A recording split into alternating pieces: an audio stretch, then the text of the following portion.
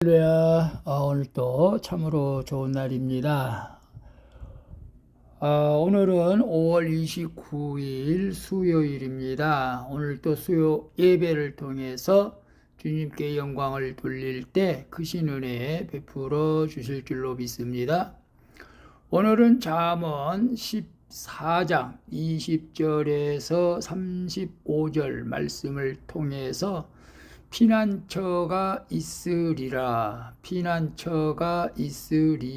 라는 제목으로 함께 묵상해 보도록 하겠습니다. 먼저 본문을 함께 읽도록 하겠습니다. 본문을 같이 보도록 하겠습니다. 20절입니다. 가난한 자는 이웃에게도 미움을 받게 되나 부요한 자는 친구가 많으니라. 21절. 이웃을 업신여기는 자는 죄를 범하는 자요, 빈곤한 자를 불쌍히 여기는 자는 복이 있는 자니라. 22절. 악을 도모하는 자는 잘못 가는 것이 아니냐, 선을 도모하는 자에게는 인자와 진리가 있으리라. 23절. 모든 수고에는 이익이 있어도 입술의 말은 궁핍을 이룰 뿐이니라. 24절. 지혜로운 자의 재물은 그의 면류관이요 미련한 자의 소유는 다만 미련한 것이니라. 25절. 진실한 증인은 사람의 생명을 구원하여도 거짓말을 뱉는 사람은 속이느니라. 26절. 여호와를 경외하는 자에게는 견고한 의뢰가 있나니 그 자녀들에게 피난처가 있으리라.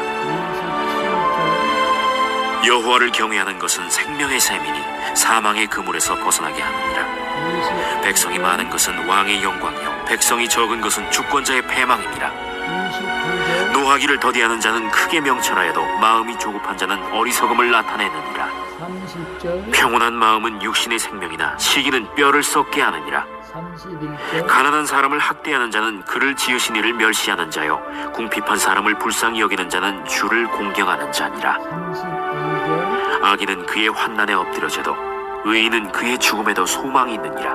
33절. 지혜는 명철한 자의 마음에 머물거니와 미련한 자의 속에 있는 것은 나타나느니라. 34절. 공의는 나라를 영화롭게 하고 죄는 백성을 욕되게 하느니라. 35절. 슬기롭게 행하는 신하는 왕에게 은총을 입고 욕을 끼치는 신하는 그의 진노를 당하느니라. 35절까지 봤습니다. 본문 요약은 이렇습니다. 이웃을 업신여기는 자는 죄를 범하는 자이지만 빈곤한 자를 불쌍히 여기는 자는 복이 있는 자라고 말씀하십니다. 그리고 여호와를 경외하는 자에게는 견고한 의뢰가 있고 그 자녀들에게도 피난처가 있다고 말씀하십니다. 또한 슬기롭게 행하는 신하는 왕에게 은총을 입지만 욕을 끼치는 신하는 그의 진노를 당한다고 말씀하시는 내용입니다. 질문과 묵상하기. 내 옆에 있는 가난하거나 연약한 자를 향해 어떻게 선을 도모하겠습니까? 21절에서 22절 보게 되면 이웃을 업신여기는 자는 죄를 범하는 자요, 빈곤한 자를 불쌍히 여기는 자는 복이 있는 자니라. 22절. 악을 도모하는 자는 잘못 가는 것이 아니냐, 선을 도모하는 자에게는 인자와 진리가 있으리라. 가난한 자는 경제적으로만 아니라 사회적으로도 고통을 받죠. 이에 친구가 멀어지고 이웃도 그를 무시하는 경우가 많게 되는 것이죠. 하지만 가난으로 고통받는 이웃을 업신여기는 것은 죄라는 것을 오늘 우리에게 말씀해 주고 있습니다. 왜냐하면 그것이 곧 연약한 사람들을 돌보시는 하나님을 업신여기는 것이기 때문에 그렇습니다. 따라서 선을 도모하는 자는 남을 판단하지 않고 불쌍히 여기며 말로만 아니라 손과 발, 재물로 돕는 자라는 것이죠. 그의 재물은 그래서 면류관이 되고 그의 말은 사람의 생명을 구원하게 되는 줄로 믿습니다. 그래서 내 옆에 있는 가난하거나 연약한 자를 향해 어떻게 선을 도모하겠습니까? 글쎄요, 여러분 주변에 가난한 자, 연약한 자가 있다면은 그를 하나님께서 도와주라고 하는 어떤 사인이 있게 되는 줄로 믿습니다. 그래서 가난한 사람, 연약한 자를 모른 채 하지 마시고, 오늘 큐티 하시는 분들은 이게 하나님의 뜻인 줄로 믿고 가난하거나 연약한 자를 찾아가서 위로해주고 힘을 더하는 말을 해주면 좋겠습니다. 저도 큐티를 하다 보니까 과거에 저희 교회에 왔었지만 또 여러 가지 몸이 안 좋아서 다른 교회를 나가는데 신방하기가 참 어려울 면이 있어요. 다른 교회 나가는데 또 우리 교회 오라고 그 신방한다는 것 좀 느껴질까 봐서 미루었는데, 사실 이런 마음으로 그냥 가난하거나 연약한 자를 불쌍히 여기는 마음으로 찾아가서 기도라도 해주고 싶은 마음이 생기네요. 우리가 가난하거나 연약한 자를 향해서 무시하지 말고 그들을 도울 때 그의 재물은 면류관이 되고 그의 말은 사람의 생명을 구원하는 능력이 되는 줄로 믿습니다. 2번 봅니다. 견고한 의뢰이신 하나님을 신뢰하면서 가족을 피난처 대신 예수께 데려오고 있습니까? 26절에 보게 되면 26절 여호와를 경외하는 자에게는 견고한 의뢰가 있나니 그 자녀들에게 피난처가 있으리라. 여기서 의뢰는 신뢰 또는 확신을 뜻하는 히브리어 미브타에서 나온 단어로 요새처럼 믿고 의지할 수 있는 것을 말하죠. 그래서 요새처럼 아주 견고한 요새처럼 믿고 의지할 수 있는 그런 것을 얘기합니다. 그래서 성도는 그 무엇보다도 무너뜨릴 수 없는 견고한 요새이신 하나님을 의뢰하고 자녀들을 그 피난처로 데리고 와야 하는 것이죠. 여호와를 경외함으로 그 말씀에 순종하는 자는 사망의 그물에서 벗어나 생명의 샘으로 가며 하나님이 그 자녀들을 지켜 주실 것이기 때문입니다. 왕의 영광은 백성에게 있기에 백성이 잘 되는 것이 곧 왕이 잘 되는 것이죠. 그래서 사람에게 투자하는 것이 가장 유익되고 좋은 투자인 것입니다. 여호와를 경외할 때만 시기에서 벗어나 평온한 마음을 갖게 되는 줄로 믿습니다. 그래서 견고한 의뢰이신 하나님을 신뢰하면서 가족을 피난처 대신 예수께로 데려오고 있습니까? 요즘 참 자녀들도 부모들이 마음대로 하지 못한다. 선생들도 당연히 마음대로 못하죠. 제자들이지만은.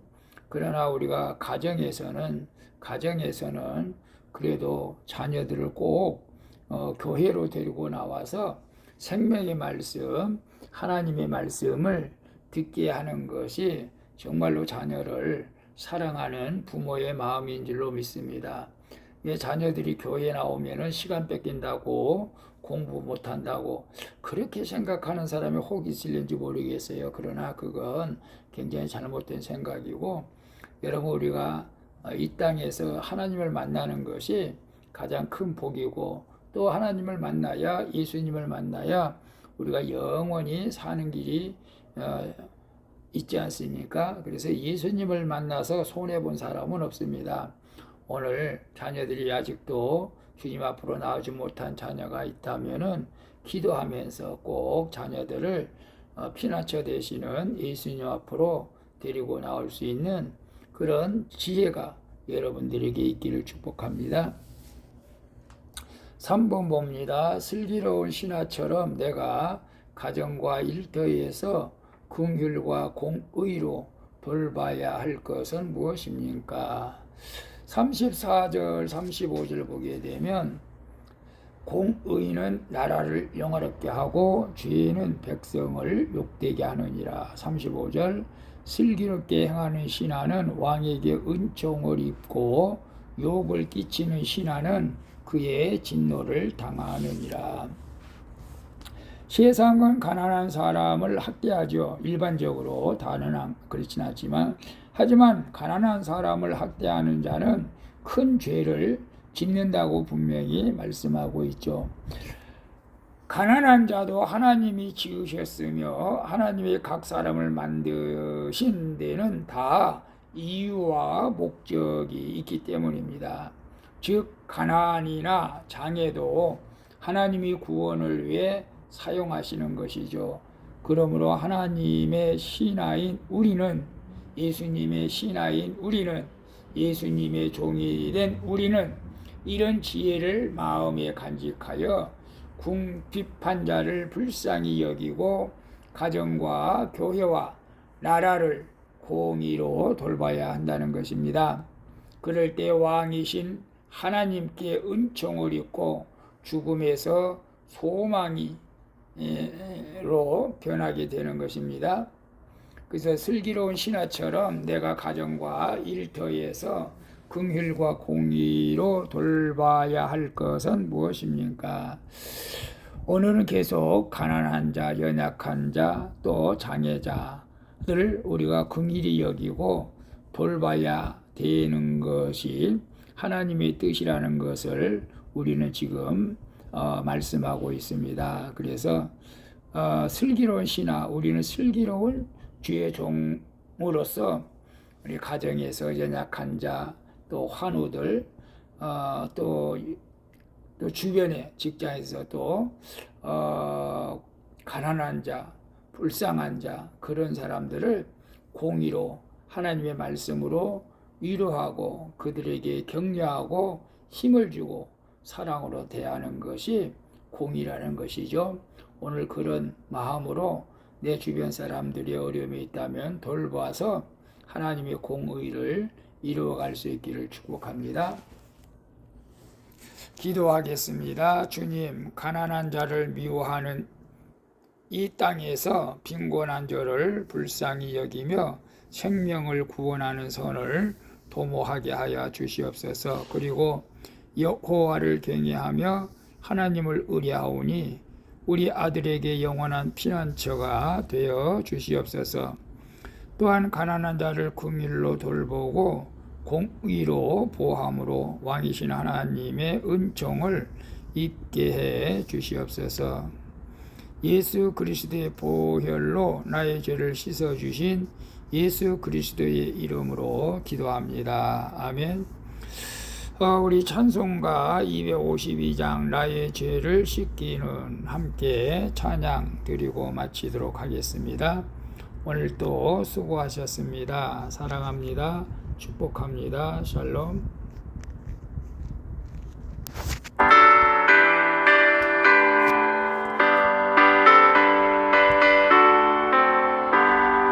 나의 죄를 씻기는 예수의 피밖에 없네. 다시